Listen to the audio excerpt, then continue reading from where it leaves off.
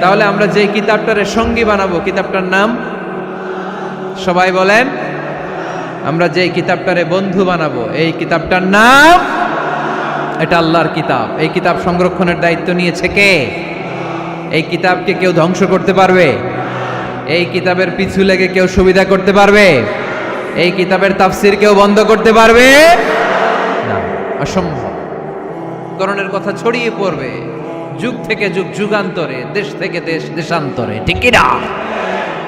এটা এমন কিতাব, এই কিতাবের পিছু লেগে লাভ নাই। এই কিতাবের বাণী ছড়িয়ে পড়বে গোটা বিশ্বময়।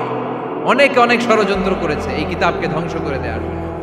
আমাদের এই খোদ ভারতবর্ষে ষড়যন্ত্র হয়েছিল। ব্রিটিশরা যখন চলে গিয়েছিল, ওরা প্ল্যান করেছিল এই কিতাবকে কি করে আমাদের থেকে ডিটাচ করা যায়, কেমন করে আলাদা করা যায়।